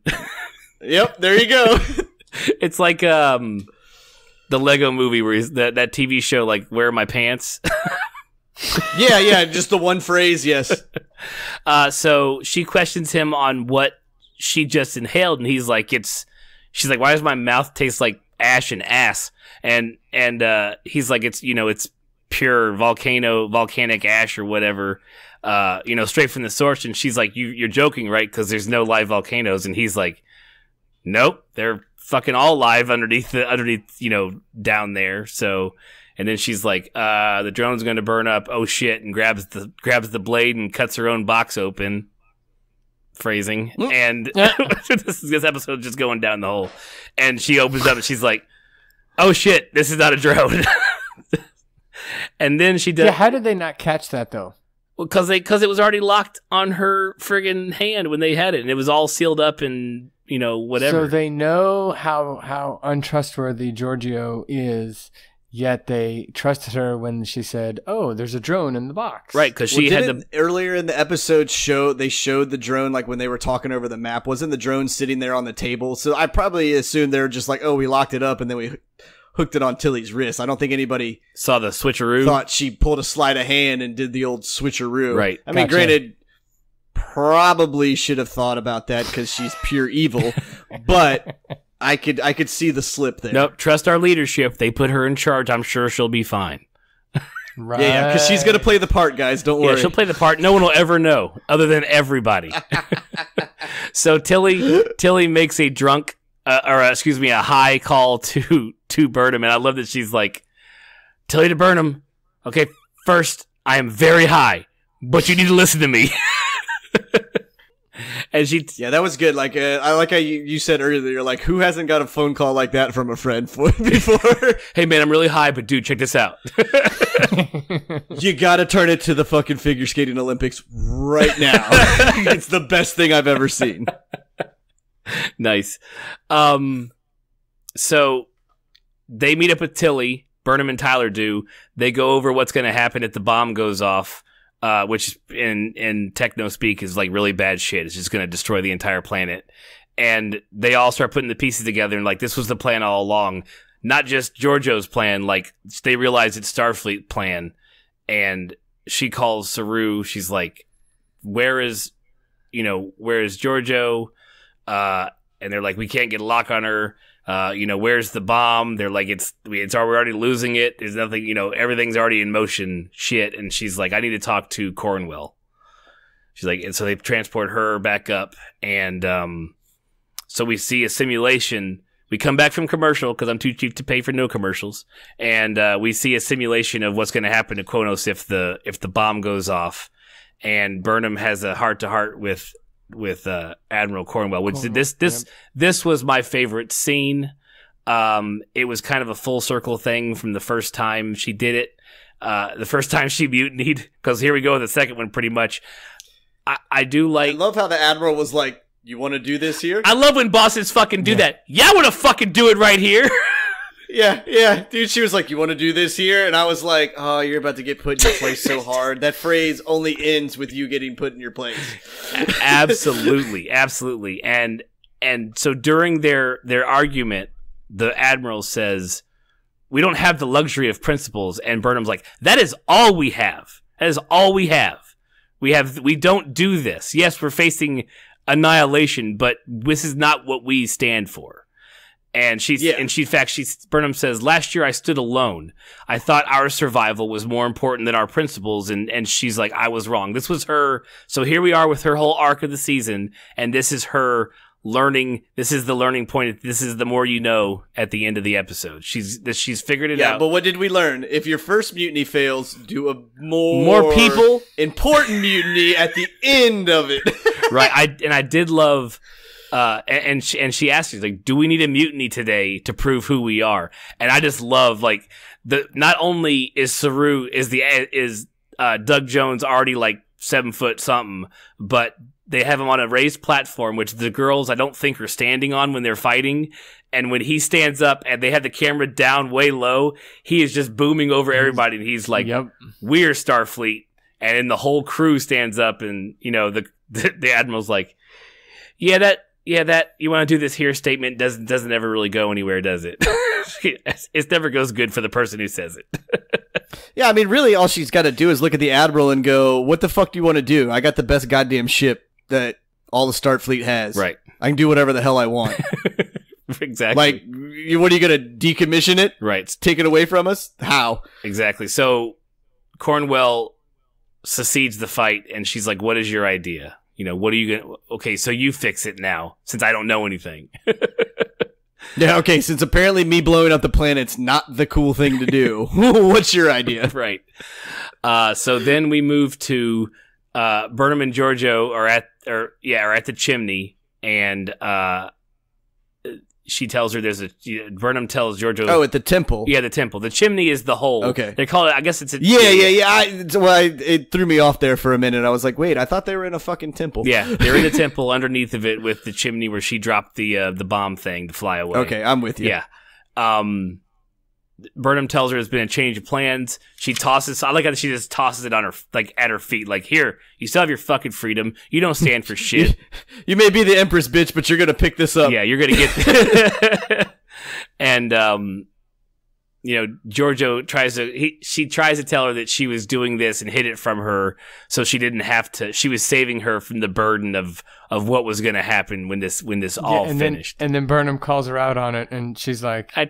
Oh, yeah, and Burnham's like, yeah, you thought that would work? And she's like, well, I thought I'd try. I thought I'd try. I tried. Exactly. So then she's like, okay, well, we got this bomb hostage. We're holding the Federation hostage pretty much. Just, how about you and I get together and do, like, let's just you and me run this place now. That didn't work either. Nope. So... You know, and then she's like, look, the only way... I've been like, as long as I don't have to eat kelpian, we're cool. Can we not cook any more kelpian? That'd be great. Yeah. So she tells her... I'm really going to need you to stop eating people and other things that talk. Right. I don't need anything sentient inside me. Okay. All right. Here we go. I don't know where this is going. Oh, man. Okay. So at this point, or just before this point, Giorgio pulls her firearm on her phaser on her, and she's holding it at her. And Burnham's like, the only way you're getting out of this place with that pad is to kill me, and you're gonna have to watch me die again. And the balls on that girl, because she just like steps up and pulls that shit to her chest, and she's like, go ahead, I'm your Huckleberry. Since we're doing Tombstone references. Yeah, right. Like part of me one times wishes like when that happens in like a movie or a TV show. That I know they put it like, cause they always put it off to the side. Like Burnham put it like right where you put your hand over your heart, even though that's not where your heart is. But like she put it in the ballsy spot. Like I'll give her that. Like, but most of the time it's kind of like off to the soft spot on the shoulder. And like one time I just want the bad guy to be like, okay, and just fucking pull the trigger. Right. But it'll just go through the shoulder and then they'll pretend they're dead and get up at the end and win. I'm sure there is a movie with that. Tweet at us. Let us know. There probably is. So Giorgio, she gives in. I like this. She was like, damn it. Okay, fine. So she's like, it's coded to me, so do you want it coded to you? And she's like, not me. And then they walk Laurel down, who's back in her white, awesome Klingon garb. Yeah, I love Laurel. Yeah, she's fucking cool as shit, man. Yeah, the actress who plays her is freaking awesome. And they're going to recode it to her. I do like that. I don't think they've even told her what the plan is yet. These people love not telling anybody else what's going on. They're just like, no, you just get dressed and come on with us. And they're not going to tell you anything. And so Burnham is telling her, she's like, what is this? You come here to gloat? And she's like, no, this is where the Federation crushed the Klingon Empire. Like, I have you now. Like, checkmate, bitch. Like, it's already here. It's underneath here. We can't do anything about it. Like, I'm going to code this thing, and then I'm going to code this thing to your thing. You will now own it. And she's like, but I don't want to be a leader. I've always wanted to be on the sidelines and just kind of support the leader. And then Tyler goes back into Vogue again, and it was a really touching scene. It was almost like, look, I was a torchbearer, now you can go do it. Yeah, no, it was a cool scene. Like, here are a few words that I can say to, I don't want to say persuade, but to like light that fire under her, like to make, like to prove that you've got it in you. Like, I believe in you. Here it is. Right. And then Giorgio's like, I'll leave you guys to it. And I just like how Burnham's like, Philippa, be good. Yeah, she was like, what would she say? Like, she said, what are you gonna hunt me down? Yeah. She's like, don't make me have to, don't make me have to. Right. That was great. So Giorgio has been let off into the Prime universe with her freedom. And we know that now she's going to be a reoccurring bad guy or, thorn in the side type character. It's going to be great. They'll bring her back whenever they want to. It's going to be fantastic. They're really lining up a lot of like all the high-end actors are all like people they could bring back. So you've got, Lorca who possibly come back. Yep. You've got Giorgio come back. You've got Harry Mudd who's still floating around out there. And they're all like, oh, I know Rainn Wilson. I know Michelle Yeoh. I know, Malfoy. Like, I know all those people. We're good. Like, those are big names they can bring in. It'll be fun. Yes.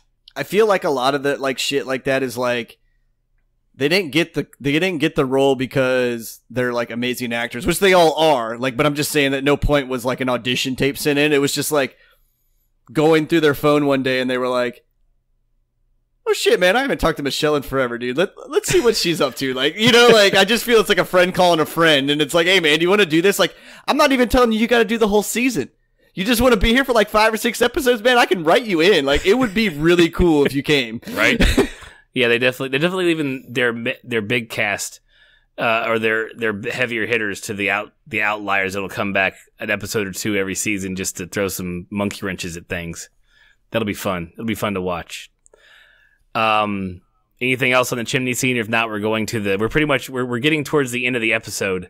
They go outside from where they were. They're back in the market. And we get another Isaac for your thoughts statement, which is brought up again since way when they first met, when Tyler and her were talking back at the mess hall or whatever. We learned that Tyler is leaving with Laurel, so I'm glad they didn't kill him. He didn't have to do some sort of like sacrifice himself for one of the other sides. But he is not going to be on the show right away. At least not with the crew of the Discovery. He really doesn't have a Starfleet career. They don't know what these same fucking people that put Giorgio in charge, wouldn't know what to do with the Klingon human hybrid. So he's like, I'm going to go with Laurel. He's like, I don't belong on either side. Maybe I can speak for both sides. I don't know. Yeah. I think again, they sort of made that, ending for him kind of almost too neat. But I think, I don't know. He's already been through so much that I think they should have just put him through more. Because I mean, what else can they possibly do to him at this point? So I was a little disappointed with that. I'll be honest, just because I was expecting, at least with his character at the end of the season, for it to be a little bit more dramatic than, oh, okay, I'm just gonna go off and be a diplomat. See you later. Bye. Like it was too. I don't know. You're ruthless, homie. You're like, I want him to suffer some more, dude. Just what else can you do to him? Let's go through some more shit. I mean, why not at this point? Well, I don't think you could. I mean, I think this was a good way to have him able to come back to the show And because you can also like have him go away for, an episode or two, and they can say whatever time frame that was, and then bring him back, and he can be fully blown as some other kind of liaison, or something like that between the Klingon Empire and Starfleet. But if you would have kept him in Starfleet, basically all you would have been waiting for was a trial, right? Because at some point he would have been put on the stand. Yeah, he would never be a there was again. Like there's no career there for him, right? And this show has been about the Klingons as much as it's been about Starfleet. There's been a lot of, it's not like it's the same screen time, but they put a lot of thought and a lot of effort into the whole Klingon portion of the story for this first season. So I would not be surprised if season 2 consists of, we have our Discovery storyline and we have our Klingon bringing the houses together, him and L'Rell storyline that kind of run parallel until later on in the season they end up intersecting and coming to a head. I think that's what we'll end up seeing. Yeah, I could see that. Yeah. So let's see. She finally tells him now that she sees him, Ash, in his eyes as opposed to seeing Voq, like she had gotten so mad and bitchy about her last episode. Was that a half-ass apology? Well, I mean, I think it was the best she could do. Yeah. Like I think she's, if we're going to make her act like a 12-year-old with the relationship, then we're going to have her stunted emotionally. I think that's the Vulcan side in her, just keeping a level head. Yeah.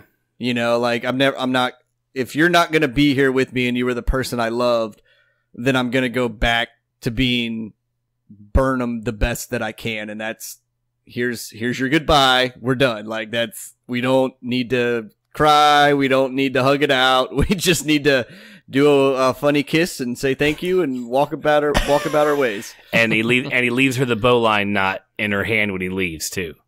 Yes, he does. So the question, this just came to me. So is that like, because he said it's a knot that doesn't slip and doesn't fray or something.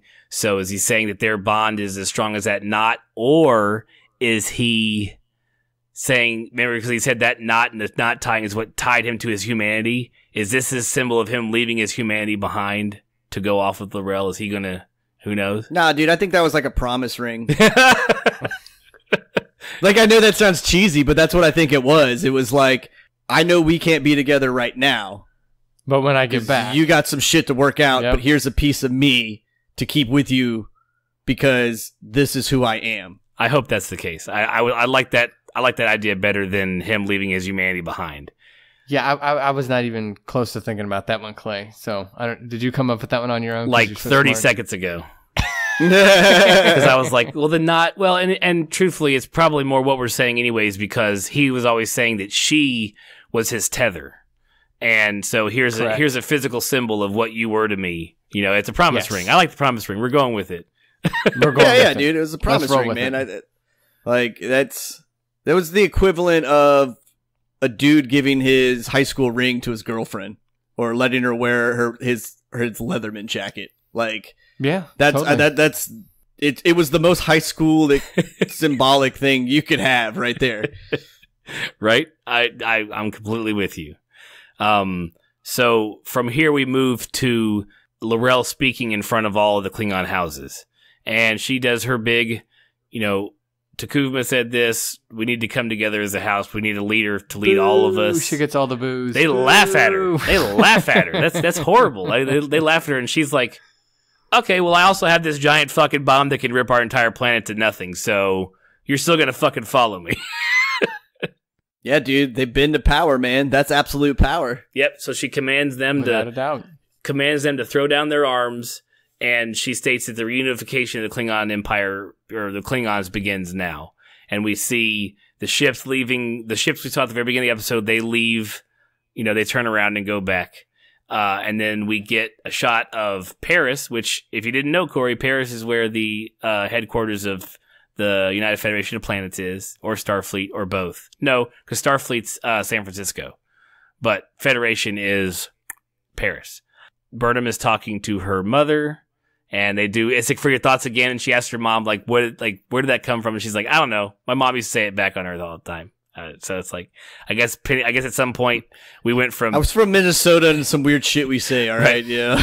We went from pennies to Bitcoin to ISIX, and I guess that's where. So a penny for your thoughts. Who knows what it is? I don't understand why they're even bringing it up. Like I'm like, I don't need that. That's another thing. It's just goofy to me, and I don't understand. You didn't even give me any sort of cool ass explanation. It was like I don't know what it meant. Yeah, but maybe it'll have some kind of deeper meaning. Like fucking Burnham will say it one day, and someone will be like, "Here is your golden coin.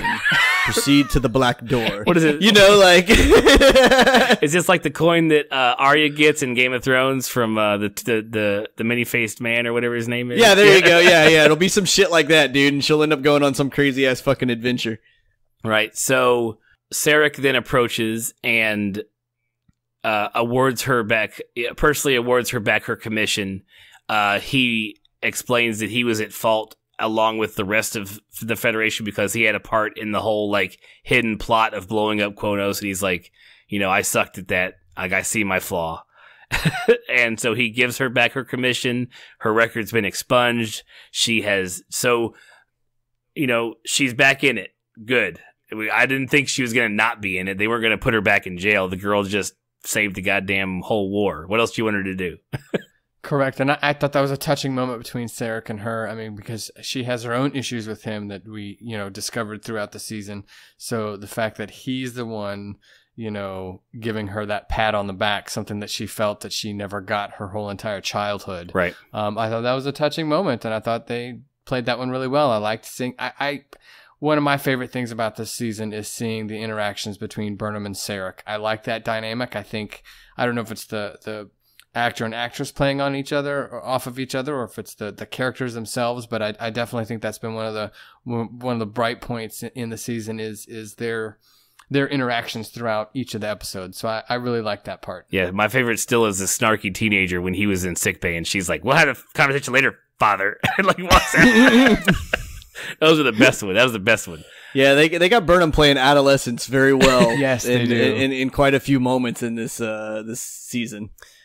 Yep. So what I think was probably originally the end of the episode before they got the green light for season 2, we are at the award ceremony. And definitely the part I hated the most about the episode. We were talking about this earlier, Clay. I mean, come on. It was just unnecessary. Nobody's talking while the admiral is presenting all of the awards. I mean, Saru got the fucking Medal of Honor. I was like, way to go, bud. I'm not really sure. I mean, I'm not really sure what for specifically, but good on you. All the mutineers got the awards. So. Yeah. We all got it. We got our award. We got our mutineer pin. That's what they're all wearing. They posthumously awarded Hugh Culber the award as well. Yes. Tilly got her commissioned, so it's Ensign Tilly now. We are on our way, Corey. We're on our way to her being captain, baby. I'm telling you, dude, we're gonna get a spin-off show with her captain. I fucking want it. I want it hard. I want it. That's awesome. Absolutely. I would watch it. I want her on a ship, just her going to different planets and this is fantastic. And just being happy. I don't want her doing any like crazy missions or anything. Like I just want her meeting people and being bubbly. That's all I want. I want a shot of her skipping through an alien like flower field and transporting at the same time, like literally skipping. And the guy's like, "Can you stop skipping? I gotta lock on with this transporter beam." It's like you're literally like I just want her to land and like instantly high five the first person she sees and be like, "Yo, man, this is awesome. Hey, you want to go smoke some volcano? Let's do this." Yeah, right. Like, fuck yeah, dude. Let's go get that volcano high. So this is when Burnham is finishing her old admiral or old soldier, young soldier, story. I couldn't find that from anywhere, so I think it's an original. Like it wasn't from any story that I googled what she was saying. It wasn't. Yeah. Okay, cool. No, it was original. Yeah, it was a neat story. It was a neat little like tale or whatever you want to call it. And I understand what they were doing. Shut up, Google. I didn't say anything. Damn. You said okay, homie. Stupid thing. Is it okay, homie? Is what kicks it off? Well, if you say okay, like sometimes it'll just assume and it'll take it. Right. That's two episodes. That damn AI. That's two episodes in a row that Google has fucked up our goddamn podcast. But I'll leave it in. Whatever. Yeah, no, it was good because you were like, "God damn it, Google." I understand what they were going with what she was, how they did it. it just in the real world, that's not how those things work. You know, okay, here's what you're going to do. You're going to monologue about Starfleet. Yes, we are Starfleet. Yeah, I was like, oh, this is so cringeworthy. But well, that's why I thought it was originally like just like her speaking on that moment, like monologue, not in the moment. Like, yeah. But it wasn't. It was like real time, and I was like, like, will you shut up? She's always talking over us all the time. Who is she talking to? Yeah, exactly. Yes. Another Easter egg, kind of. All the admirals, they had the triangle badges that are harkened from the old series, like the triangle. They're not badges; they're like medals that harkens back from the original series as well. Just another Easter egg there during the awards ceremony. So that's where I thought the show probably was going to end, but they have this last scene. They're heading to Vulcan. They're not going to jump anymore. We see what we thought. We've been saying this for months, for weeks and weeks and weeks of the show, but we don't think they were going to use this technology very much because it required a human interface. And yeah, so they're not jumping. They're going to travel the old-fashioned way. And we learned that Captain Saru is the acting captain. And so we know we're going to Vulcan to pick up the new captain. While they're en route to Vulcan, they pick up a Priority 1 distress code from a Federation ship. And of course, they can't figure out they don't the hail's not coming in correct, well, and who the ship is isn't coming in well, and lo and behold, it's the Enterprise, it's Captain Pike. Did either of you catch like the Sarek and Burnham look when they said it was the Enterprise? Yes, because of Spock being on there. Absolutely. Yeah. But their faces to me weren't like, "Oh, hey, my brother's on that ship." It was like they weren't good faces to each other. Well, I think if you look, like, I don't think Spock and Sarek really had a good relationship. I mean, and that was acknowledged in TNG that they didn't have a good relationship at all. So it doesn't surprise me that he's sort of the outlier. I mean, we think Burnham's sort of the outlier, when the show starts, but really it's Spock is the outlier. He's the outsider, not her. Right. I think they're going to use this to explain. They'll use that outcast of Spock from his father as to why he never spoke of Burnham ever in the old, Correct. Yes. In the canon. So yes. That makes complete sense. Yeah, that look to me was more like, oh shit, there's your brother. Like, not like, oh crap, what do we do? But like, hey, are you guys cool? Like, I don't know where you guys left off at. Right, yeah, exactly. It was definitely not a good look. It was definitely something bad there, which we know. Yeah, we know a little bit of the history. It's not spoken to a lot, but he does allude to it in different movies Correct. And episodes of the old series and stuff. So we do know that happens. And then we get to see the new Enterprise. Not the new Enterprise, but we get to see this take on the Enterprise this version of it. Yeah. My nerd boner was raging. I thought it looked fantastic. Ditto. What did I tell you would have when you watched the episode? I said you'd have a nerdgasm. So absolutely. I liked the look of it. I don't mind the update. I liked that it still looked like clunky. The Enterprise. It looked clunky. Yeah. Like it looked, it even had even the Enterprise from the pilot changed to the original series with Kirk because the warp nacelles at the back had the grates on the original one, and then at the end it had like a dome type thing at the back end of the warp nacelle. So I was like, man, you guys are right in it. Like, don't worry about it. It's great. I don't understand why people are bitching. I don't even care. I don't either. But people have been bitching about it all week long, and I'm like, you're kidding me. Don't even care. Corey, did you like the Enterprise? Did you like the Enterprise, Corey? Well, I mean, it was a cool looking ship. Wow. Like, look, dude, like, it's a fucking spaceship, man. Like, this blind love and nerd fandom that makes you hate everything is just ridiculous. Like, I know. Like, it's cool, but it's just a ship. Like, I'm more interested in the people inside it. Yeah, I'll be interested in seeing where they take it next season, because they're just going to pick up where they left off. They're going to have to do, So the question is, who do they bring in to play Spock? Because there's nobody else on the ship that we know from the original series. Corey, if you don't know, the pilot only contained Spock. He was the only character that moved on to the Kirk, McCoy, Spock thing. He was the only one who was there for the pilot episode, which is where we are with this ship right now. The captain is Christopher Pike, and the first officer of the ship is a woman by the name of Number One. I'm not sure if they ever named her. I forget, but they did not ever name her. That's her name, Number One. Right, and so she's the first officer, but it's played by Michelle Barrett Roddenberry in the pilot. And then she also, it doesn't show up, but she comes back as Nurse Chapel, like the actress comes back as Nurse Chapel. So the only person they really have to cast that we would care about is Spock. Like, of all the people that we'd be like, hey, he doesn't look right. And to be honest, does anybody see why they couldn't pull Zachary Quinto? Should they pull Zachary Quinto? Because the guy's done TV. He did Heroes. He's not like he's in big movies all the time right now. But I thought they couldn't because of the contract with the current movies that he's in. They can't associate whatever. I thought that's why they couldn't do that. Possibly. I mean, I think there is something there, but now you have a successful run of the season, so maybe some legal things can happen. I mean, should they even consider it? Nah, man, I think you should bring in a new dude.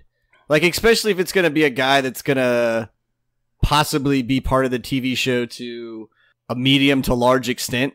Because let's face it, man, if you fucking show Spock on this show, like, you better show Spock more than once. Agreed. I mean, I can see it coming back here and there. I mean, to be completely honest, there aren't that many ships in Starfleet right now because half of them are fucking blowed up.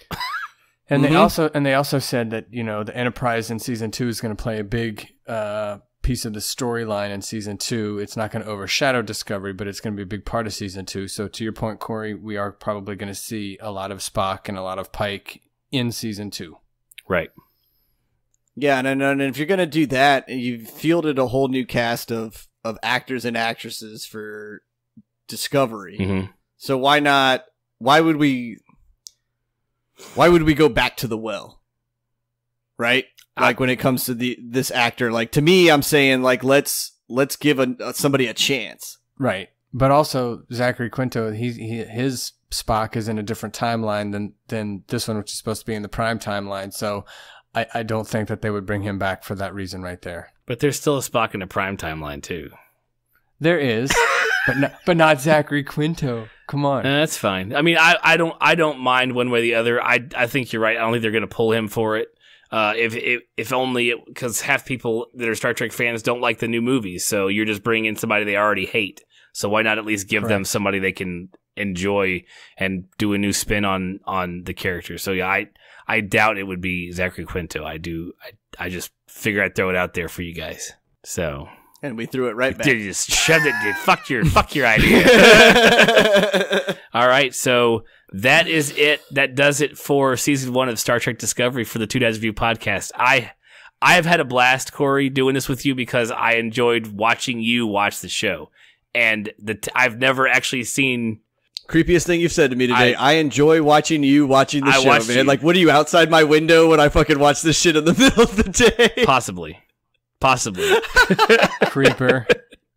And it's cool to see the point of view of somebody who doesn't have the history that I have and that Luke has watching the show. Yeah, no, it's cool watching you guys geek out about this stuff and me sitting over there going like, I don't even know what the fuck you guys are talking about, but man, you're really excited. Like, there's a whole backstory to this shit. It was like one shot. What the hell? What could that even be? Yeah, it's just yeah. What do you mean? That guy was just peeing with 2 different penises. Why are we so excited about this? Right. So yeah. So that's been a good time, a good run, and we'll definitely be doing season 2 when it comes out. I guess in 20... All right. So what are you gonna overall A, B, C, D, E, F?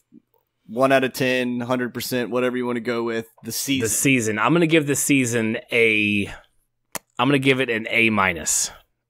I thought of its flaws, they were seeing the whole story arc. I'm going to give it an A-. Maybe like a B+, A-. Depends on your scoring, what state you live in. So, okay. It's good. It's a 90. It's a 90. That could be a B or an A depending on where you live. Let's go with that because it was a great run. This is the first time we haven't seen episodic storytelling in Star Trek, and I enjoyed it. I enjoyed them taking me from here all the way to the end with the same storyline, and then adding in a kind of a monster of the week here and there, for certain episodes, but taking that whole plot all the way over. And to this day, my favorite episodes of any of the other shows are like when DS9 did like a 9-episode like arc. They had never done that shit before, and like everybody's like, "Holy crap, I got to watch every episode." You know, because back in the day, you could just tune in that week. You didn't have to miss something if you didn't see the next week's episode, because it was always beginning, middle, end of the episode. You're done. Everybody's fine at the very end. So I enjoyed seeing the whole episodic thing. So I liked it. How about you? I'd probably give it a 95 to a 98, somewhere in there. Jesus. And that's just because, like, I'm just a TV viewer and I don't watch TV, like, ever. And, like, the show made me excited, like, you know, watching it. Like, I got into the show. Like, I mean, I still don't really care for any of the characters. I'm not like, oh, man, if this person dies, like, I'm going to be fucking pissed. But I like all the characters that are on the show. Like, I like watching the show. Like, if this show would have ended at one season, I could have seen the way, like we talked about, it could have wrapped up with the monologue at the end and all that and like been done with it. But it would have made me hate TV even more, because I've lost so many good shows to one seasons because of either writer strikes or some fucking jackass that's a pedophile decides that the TV show's not good. Like, you know, and I'm going, dude, how do you know anything? Like, you're just sexually assaulted half of fucking Hollywood, man. Like, you know, like, so it would have, if this would have ended, I would have been actually genuinely pissed off. I'd been like, God damn it, it's another fucking show that I actually finally like, and now they're taking it away from me, you know? So I would have given it a 95 to a 98. Like, and the more, like, we talked about it and the more I understood some of the stuff, that may actually increase the score for me instead of taking away, where I think you guys knew about so much of the shit. You're like, okay, that's almost too much. Mm-hmm. Like, I get it. You guys were fans too, but calm it the fuck down. Or you already knew so much of it, you're like, oh man, that's like cool. Where I don't know any of it, and the more I find out about it, I'm like, man, that's dope. Like, how are you guys not more excited about that? You know? You're like, well, I've seen it 10,000 times. I'm like, oh, well, touche. All right, our resident stepdad for the episode. How about you? What's your score for the show? First season, I'm going with a B+ for the first season. And I'll tell you why. My score went up with this last episode, because I think this very last episode, you get more of what Star Trek is about. I think a lot of people, at least I was anyway, was thinking, oh, you know, this last episode, there's going to be a lot of battles, a lot of shoot 'em up kind of stuff, because we have Giorgio as, you know, captaining the ship now, and we're, you know, all this, and it was totally opposite. It was, you know, a peaceful resolution, a better way to handle things, you know, sort of that evolved way of thinking that, you know, Star Trek is based on. It gave hope and promise for the future and all that great stuff that we love about Star Trek. So that's why, for me, the season ended on a really high note, and it gets a B+ in my book. Nice. Well done. Well said. And I think that's a great way of putting it. It was, you know, looking back, I enjoyed the last episode a lot and realized there wasn't much action to it, which was correct. Exactly. Which is, a lot of Star Trek episodes are more talk than they are action. That's great. But that being said, I think that wraps it for us. Remember to head over to twodadsreview.com. Check us out there. Follow us on social media. Like, share, subscribe. Turn on your notifications, because our shit never comes out on the same day. I will guarantee you that. And tune in next week. Corey and I will be back with our review of Black Panther. And stay tuned for all we have in store for everybody throughout the summer. So take it easy from this end of the internet. See you guys later. Yeah, guys, take it easy, man. Enjoy the rest of your free time now that you guys aren't going to listen to us on Star Trek. But what are we doing?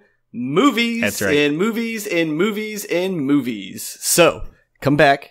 Enjoy your time with us as always. And Lucas, you wanna throw a little shout out, a little love to anybody? I want to thank my lovely wife for letting me do this the 2 times. So shout out to you. I know she'll listen. So I'm giving her props for letting me do this. So this is great. Hey, awesome, man, dude. That's right. You gotta appease the wives and make sure they're happy, so we get to have our fun time. Absolutely. Hell yeah. All right. Well, we'll catch you guys next week. See you then.